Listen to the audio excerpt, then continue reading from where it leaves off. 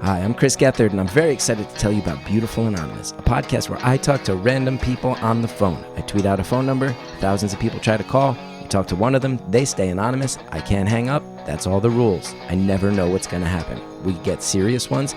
I've talked with meth dealers on their way to prison. I've talked to people who survived mass shootings. Crazy funny ones. I talked to a guy with a goose laugh, somebody who dresses up as a pirate on the weekends. I never know what's going to happen. It's a great show. Subscribe today, Beautiful Anonymous. Hello, everyone. I'm your host, Mark Champagne, and I want to welcome you to Change Ready, which is an original series brought to you by Behind the Human and Melosi.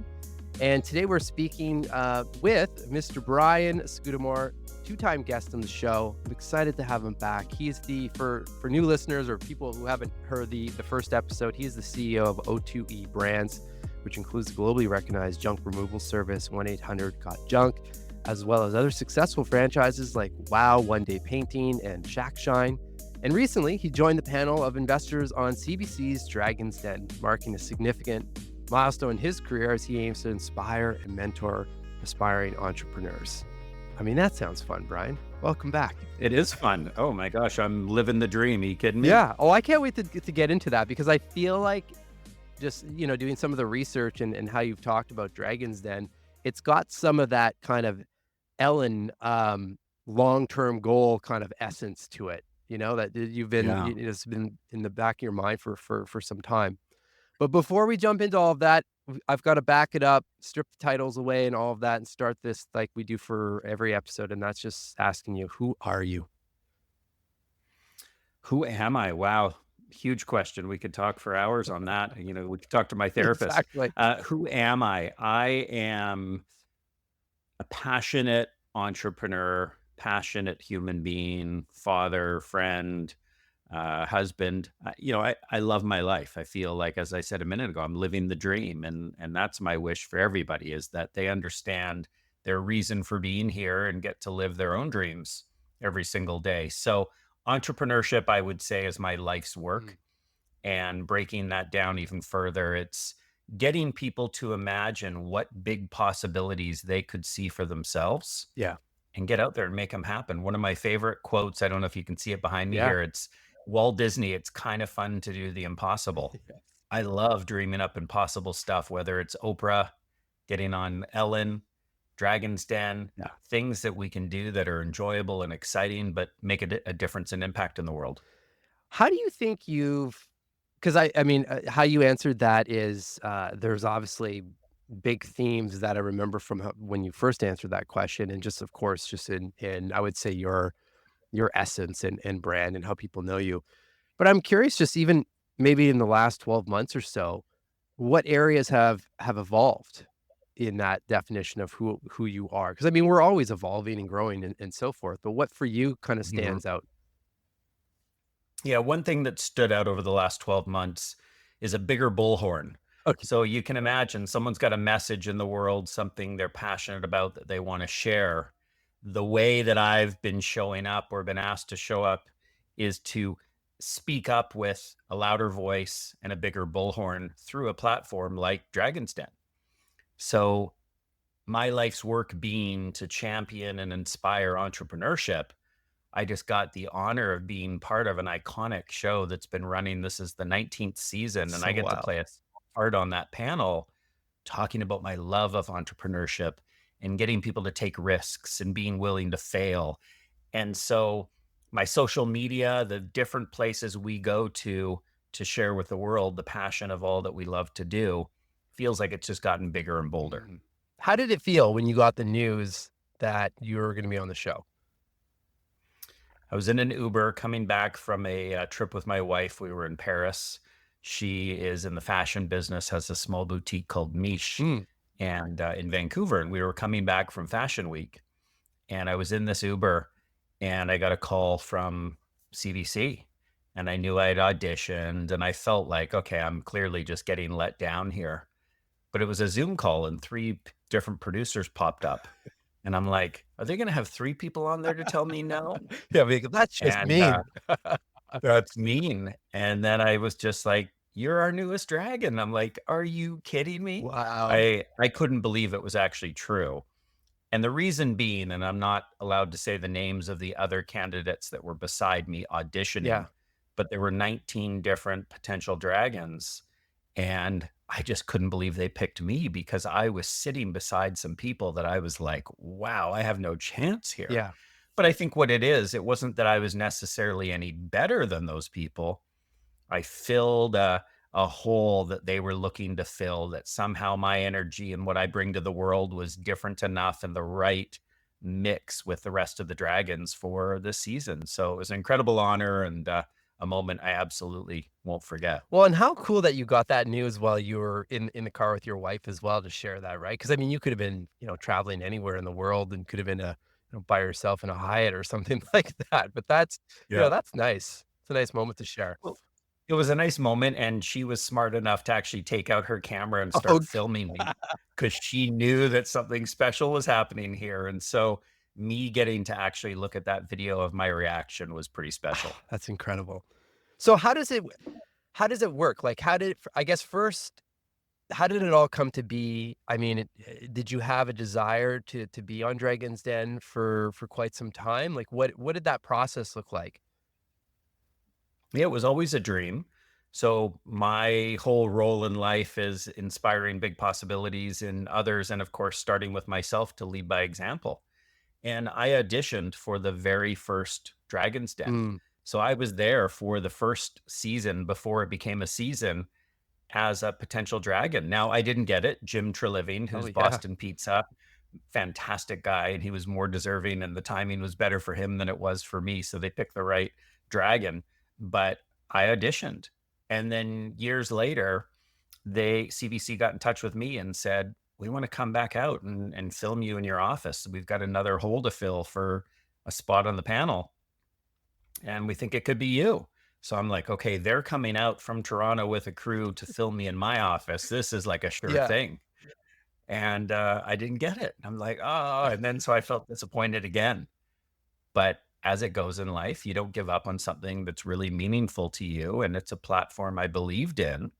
I've never invested in another company until uh, just this Yeah. season. So this is like new for me to learn about investing and helping some others and do some angel funding and so on. And it was just exciting to actually go, you know what, I'm going to try again. And when I showed up in studio, as I mentioned earlier in CBC's auditions, and I'm sitting beside some names that if I did say them, every single person in your listeners would go, oh, I know them. Yeah. uh, I'm like, now I really don't have a chance, and I'm going to be disappointed again. And of course, I had to wait months to get the news. But when it's meant to be, Mm. it's meant to be. And if you care deeply enough about something and you're your authentic self, these things can work like magic. Actually, a quick story. So Robert Herjavec, one of the earlier day dragons, he's now on Shark Tank, and he's also on Shark Tank Australia. He was trying to simplify his life, and he had to give up his spot this year, which is what I ended up filling. I reached out to him as someone I've gotten to know over the years, and we've developed a friendship. And I asked him for advice. And he goes, Brian, I get people calling all the time when they're going to audition, of course, to become a dragon. And I have the same piece of advice, but most people don't follow it. And he said, be your awesome, authentic self. Mm. Don't try and act for the camera. Yeah. Don't try and be something that you think the audience wants to see or the producers expect out of you. Be your awesome self. And if they love that awesome self, you'll get it. If it's not meant to be, then, keep trying. Yeah. But it was good advice because I could see other people in the auditions act a bit. Yeah. I'm like, that guy is really nice in the green room, but he's kind of a jerk on set. Yeah. And so that's all you can do in life. Yeah. Be yourself, because if you're not, people can see through it. They can feel it. Yeah. Doesn't resonate, and it doesn't work. Well, and as soon as you said that too, like I thought the other part of that equation is, well, let's say you do get the role with that, edited version of Brian, let's say. Now you've got to sit up in that chair and essentially act. I mean, that's stressful in itself, right? Of being kind of outside of your regular operating. Yeah, if you're out of your comfort zone, and I'm not an actor, Yeah. if anybody told me, okay, say these lines, I'd forget. I'd be so ADD, I'd go down a different tangent right away. Yeah. So all I can do is say what I think and tell the Yeah. truth. And I think that there's something in life where, in this Instagram world of let's pose and take 100 shots and then pick the best one, there's not enough people that are just showing up and being themselves.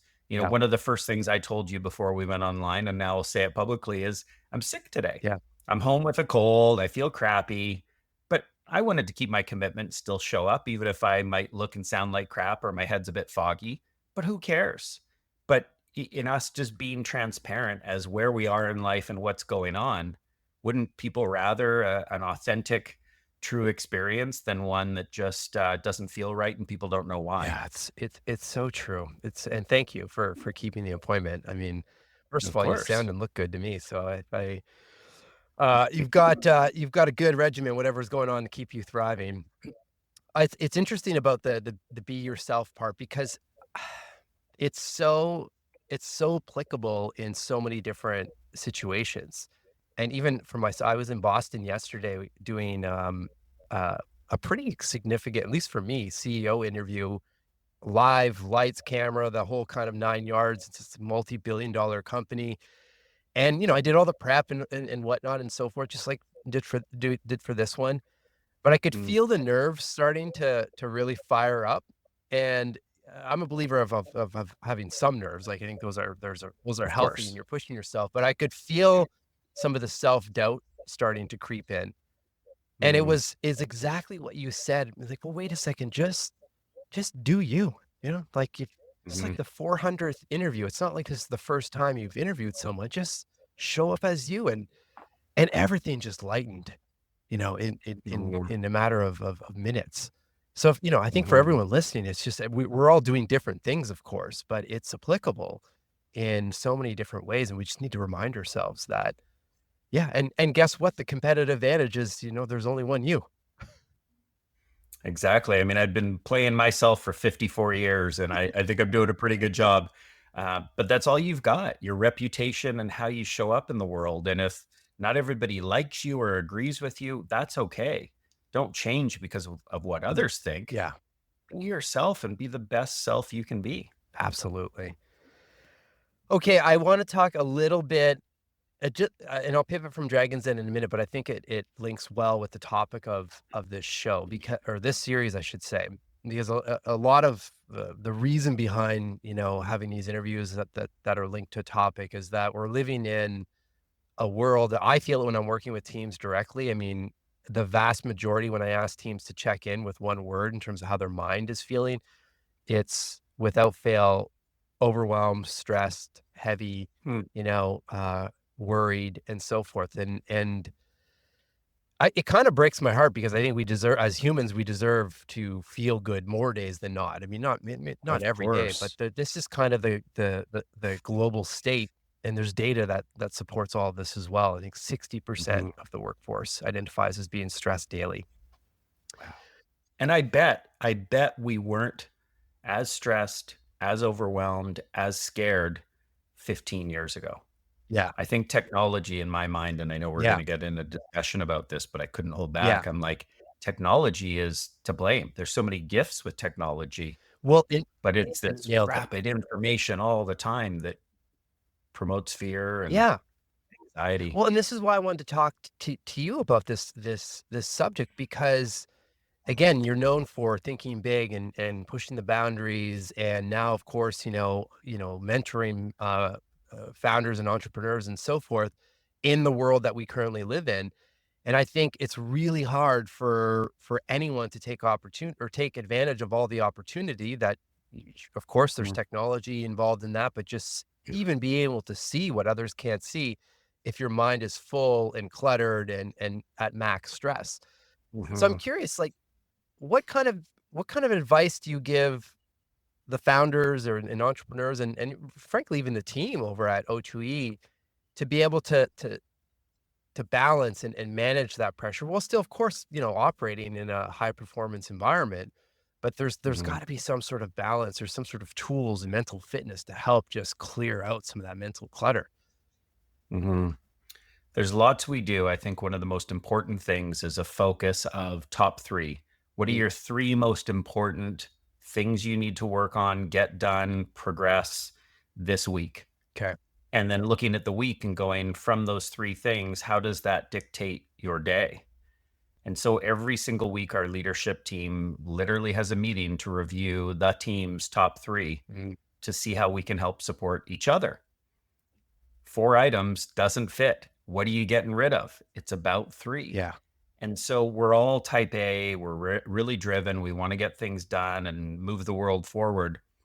But the brain can only handle 3 things at once in terms of a memory. If someone says, hey, I need you to go to the grocery store and grab these 7 things, you don't remember 7. Yeah. You'll remember 3 and you'll come back with 3. If we make lists every single day of all the things we have to do and we keep looking at it, we're just continuing to heighten our anxiety and overwhelm Mm, versus what I do. And we try and coach the team to do. What are your 3 things? Park the rest. If you get your 3 done and you want to take on a 4th, a 5th, a 17th, do it. But start with what is that most important of your top 3. yeah. So anytime I'm overwhelmed and I'm just as human as anyone else out there, I get stressed, I get busy, it's too much. I just bring it back. I narrow my focus, put on the blinders and go, okay, if I can only do one thing this week, what is it? Mm, Just one. I'm only allowed one. What is it?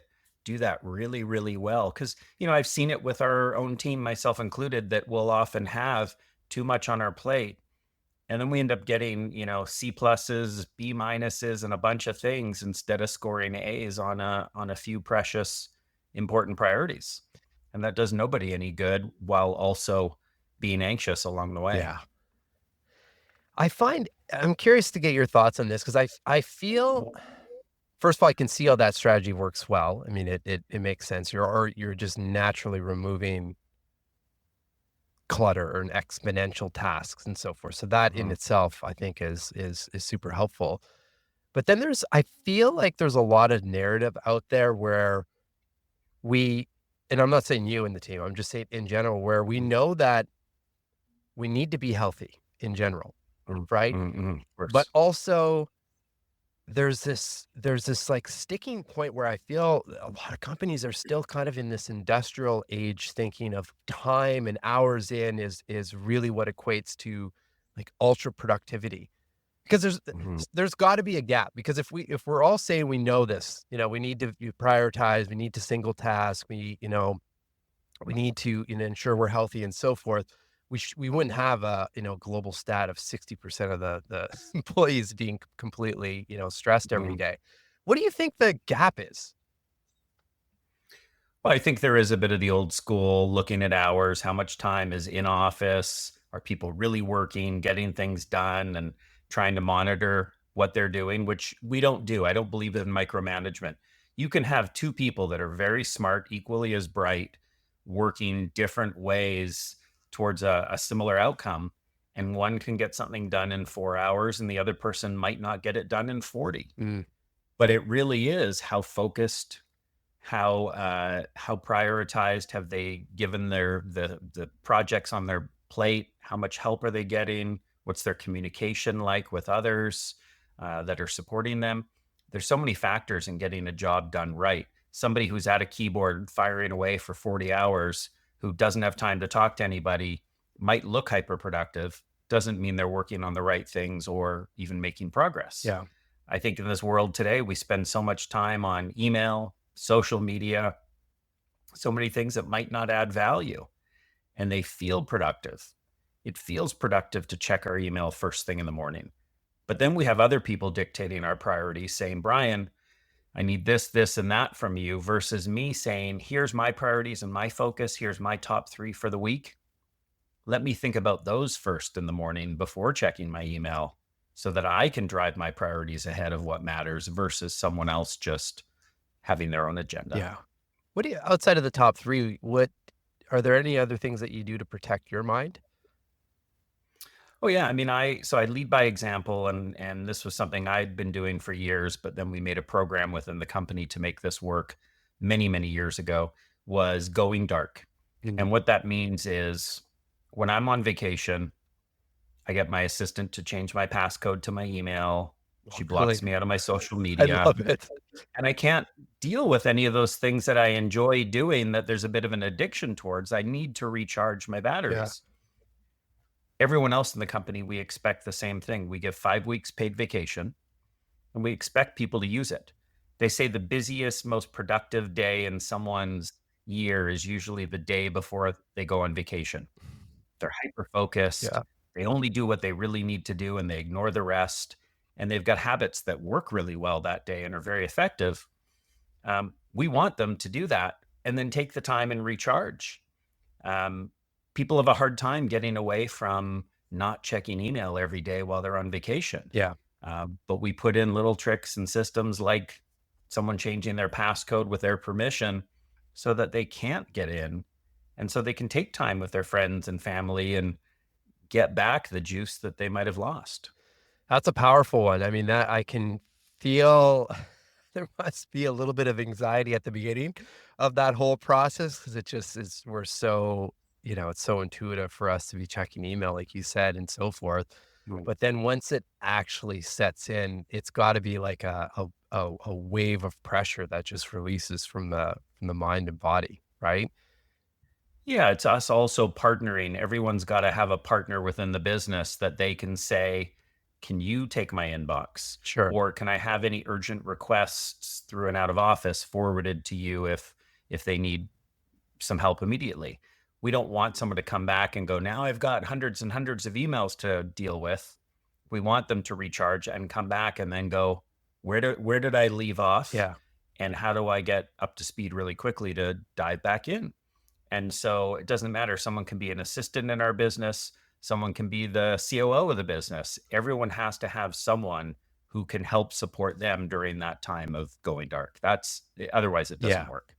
I had once, this is back when I worked directly in the corporate space. I remember I had a colleague, at that time, I think I would do this now, but I never did it back then because it felt too terrifying. But he used to have his out of office set up with exactly what you're saying, just mentioning, if there's emergencies, you contact this person or so forth and Mhm. whatnot.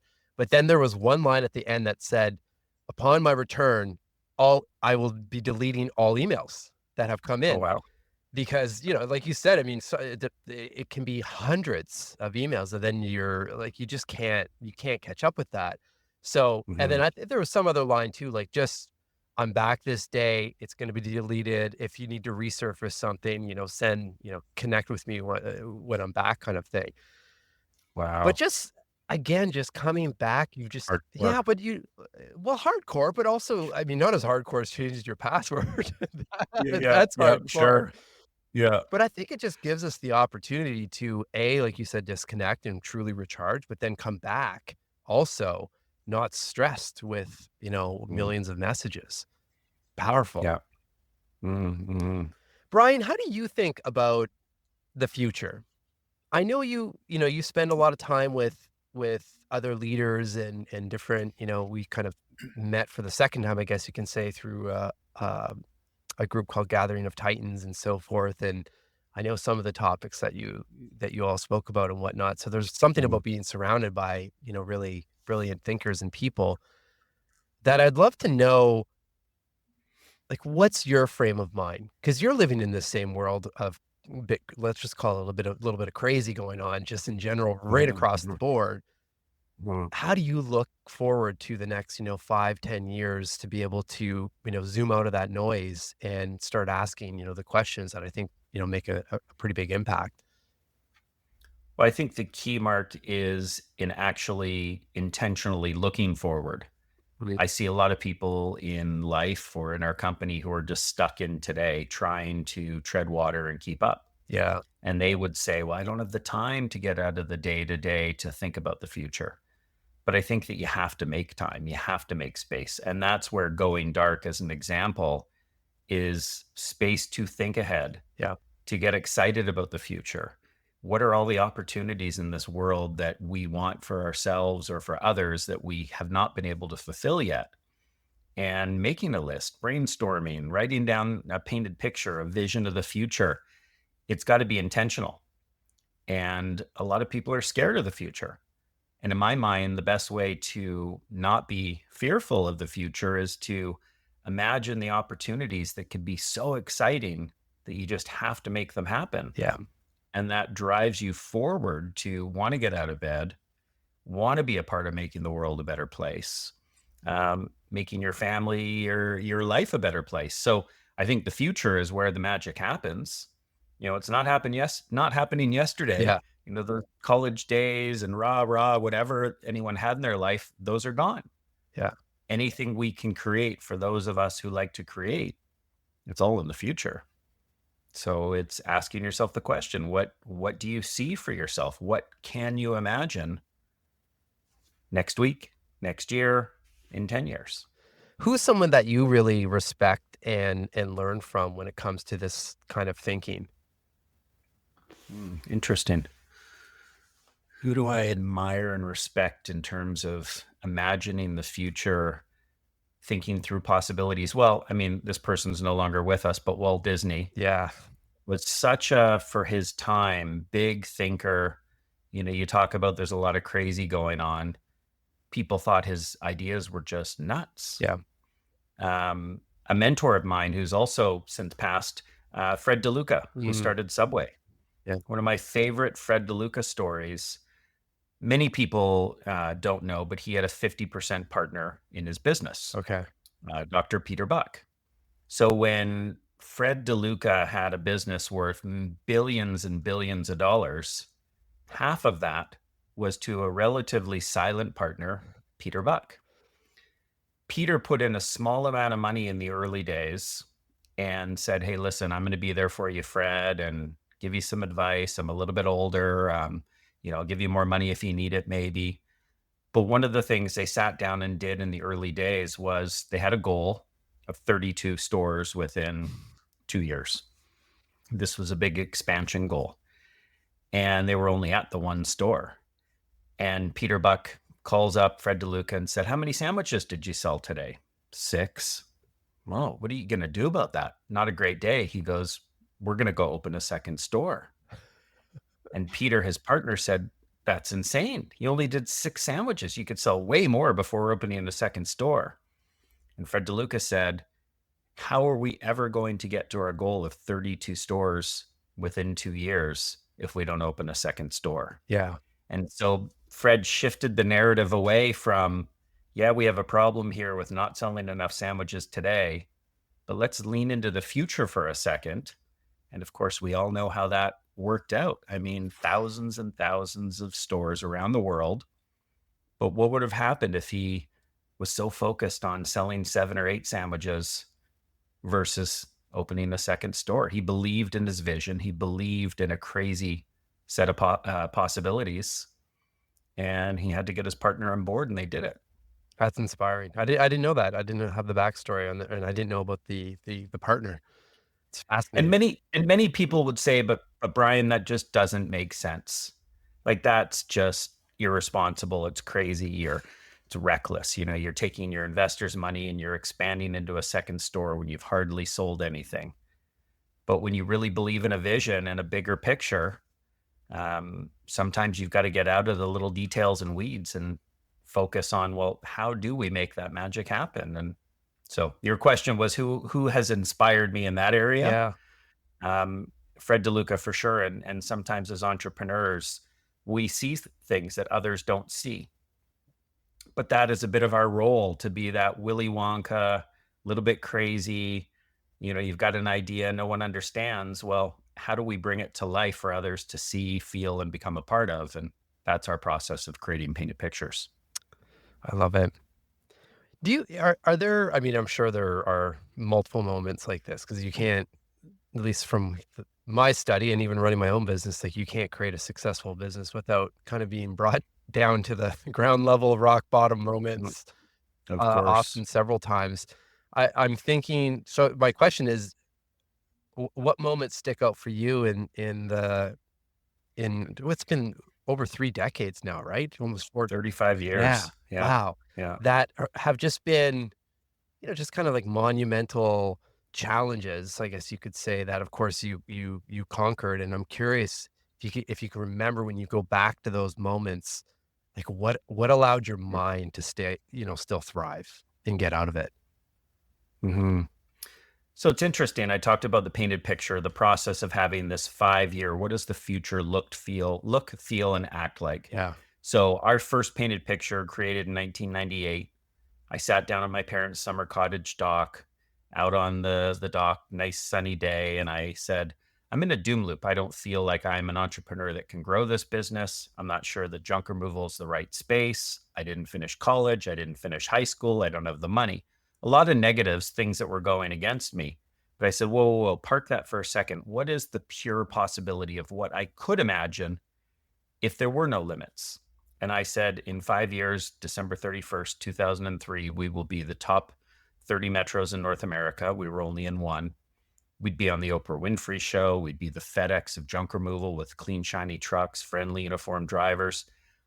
I saw the future and I started to rally people around me who also saw what I saw. Not everybody did. Creating that vision and painted picture has, through every tough time, been exactly what's guided me through and given me faith that we will do this. You talked about Ellen. We had Ellen written into 3 painted pictures of ours. Okay. So 15 years. We never made it happen until the very end. But we made it happen because I said, you know what? That's too important. I want to keep putting that back in the painted picture, even though it didn't happen in that first painted picture. And it's thinking those bold, crazy ideas, but it's also this grounding tool that helps you see when you're in a challenging time, and the financial meltdown of 07, 08, COVID, doesn't matter what's going on in the world that's hard.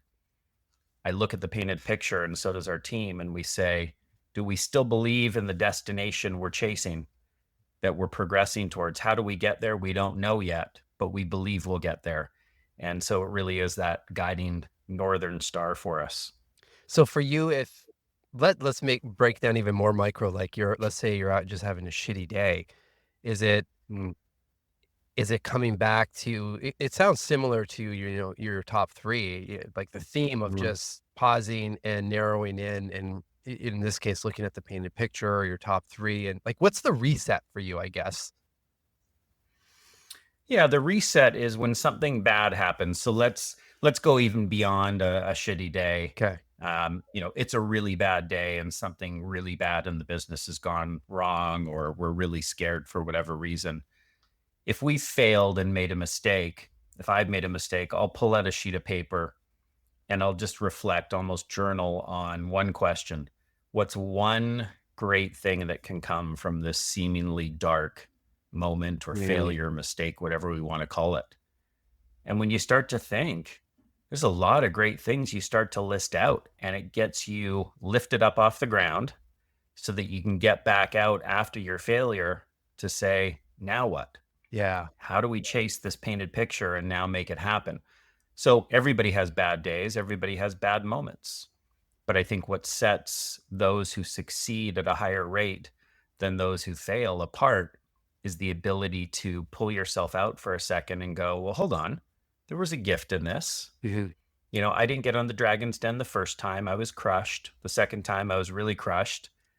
But I thought, even looking back today, if I had gotten the Dragon's Den spot the first or the second time, it would have ruined my business. I wasn't ready to Oh, disfocus interesting. and take my energy away at all, Yeah. or money away and put it into investments. It would have gotten me, instead of thinking about how do we grow the business and really get the model humming, to thinking about other distractions. I'm ready now because we've got a great team, we've got the money, we've got the Mhm. resources. But that was a gift. It would have been a disaster if I had gotten it. The CBC did pick the right dragon, and it wasn't me. Well, I mean, if there's proof in belief and trusting the journey and whatnot, I mean, that's definitely one of those scenarios for sure. What a Mhm. reflection. Wow. Wow.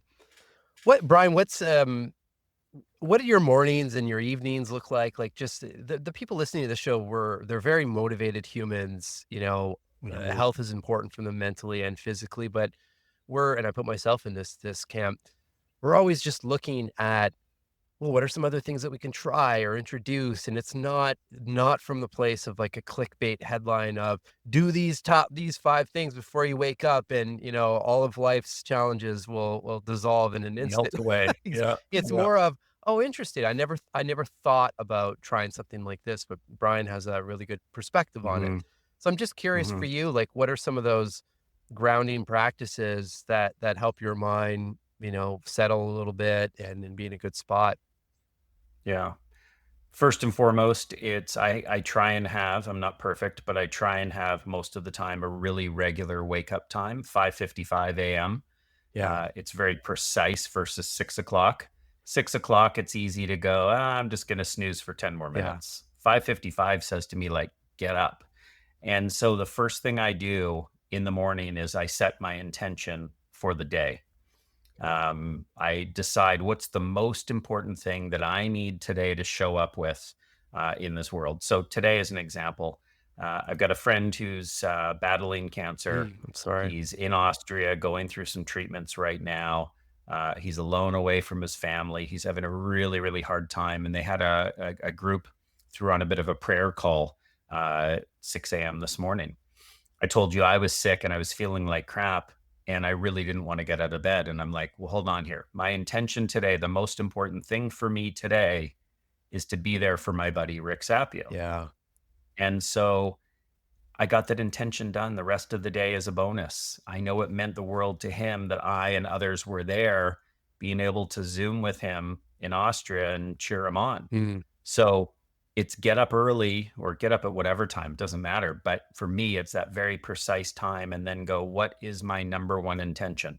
It can be personal as it was today. It could be a business goal or mindset.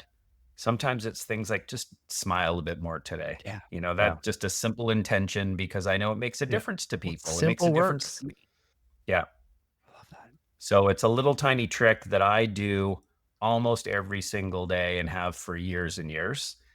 Start the day with an intention and finish the day with a gratitude. What does that last minute of the day look like? What am I grateful for? Mhm. What's the moment or the idea or the thing that we did that I feel most excited about before I go to sleep? And it's just such a it's also a beautiful way to fall asleep. I mean, you just because you feel it, you can, and from the science side of things, I mean, you're firing off all the feel good chemicals, right? It's like the best non-alcoholic cocktail you can give yourself of For serotonin sure. and dopamine and all that fun jazz. And Yeah. you kind of drift away into sleep in this beautiful state. Hmm. Wow. Hmm. Yeah, I mean, so it's interesting. I'll tie that to a really strange analogy for a second, but I was at an entrepreneur organization meeting in 1996, and I remember it was in San Diego, a very military city with the Navy and so on. And we had a guy come out and speak to us. It was called Afterburners, and he gave us this formula for how you should show up in life and everything you do, which borrowed from the military.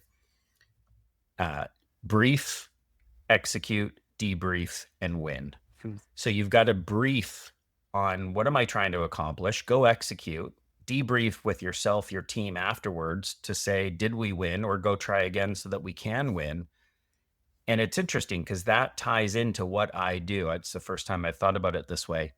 Every single day, I get up in the morning. What's my brief? What's my intention? Why am I here? If I am here to promote my passion and a shared passion of entrepreneurship, what am I doing that day that will make a difference? I go out and execute my day. I debrief at the end by being grateful and sort of replaying the film. And then I do it all over again and win. And it's a simple formula, but it works, man. Oh yeah.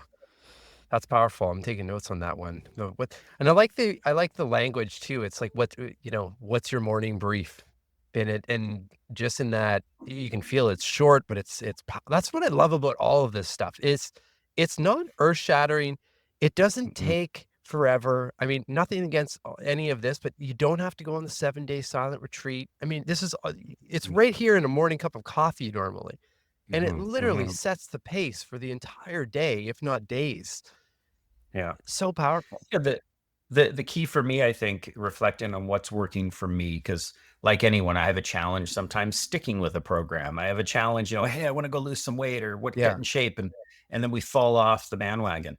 And so for me, what seems to work is tiny little steps, Yeah. just being consistent, right? And that's why that 1 minute a day, just what's my intention off the top of my head, straight from my heart, like it's easy. Yeah. And then I do my best. I don't get my intention done every day. I might want to smile more, as I said, and I show up all grouchy all day. I mean, things Yeah. happen. It'll be But when I kind. come back to my intention and go, whoa, whoa, whoa, hold on, what matters here the most? It's Yeah. important and it works. Right? It's so powerful. I also have to thank you, Brian, because I'm just realized as soon as you said it, something fired in my brain. When you said your wake up time of 5:55, because I remember you said something like, I have to re-listen to our first interview. You said something like that last time we spoke, and from that moment, I've been getting up at 5:35 ever Nice. since. And when Yeah. I'm interviewed and talking about morning, I say that number, and they're like, "Oh, that's an odd, kind of wake up time." And I totally Mm, forgot. It's got to be from you That's because as funny. soon as you said it, I said, "That's it." So now I can give proper credit when people ask me where that's coming from. But it's so like this. It's just the smallest of, again, perspective shifts that make all the difference. And it's just a Mhm. different little time. There's a gentleman who's a partner of ours in our marketing. His name's Roy Williams, the Wizard of Ads. Okay. Fantastic guy we've worked with for decades and co-author of my book and all sorts of stuff. And he always has said specifics are more believable than generalities. The more specific and colorful we can be with something in our minds, Yeah. the more likely we are to remember and stick to it. Yeah. So if I said to you, oh, I like to get up early. Well, what does that mean? 9 o'clock, 8:30? Yeah. But if I tell you 5:55, you remember that. Yeah. I mean, I will remember now 5:35 forever. Every day when I get up at 5:55, I'm going to be like, shit, Mark's been up for 20 20 minutes. Yeah, minutes. exactly, right? Oh, too funny. Well, something we could share. Brian, I want to thank you for, well, for coming on the show again for a second time, but of course, just I think a higher thank you around just you being you, and for these 35 years of inspiration and sharing, your knowledge, and frankly not giving up on yourself, because of that, there's just so many situations that I can, point to from a public perspective, that the ripple effect of you not doing that has helped so many other people. It's Mhm. so much bigger Mhm. than you, which is a beautiful thing, and I wanna thank you for that.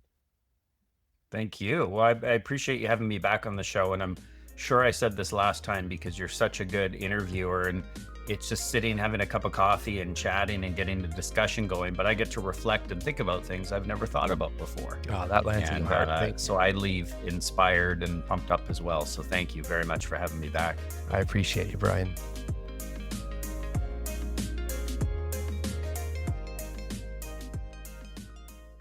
Marketing is hard. But I'll tell you a little secret. It doesn't have to be. Let me point something out.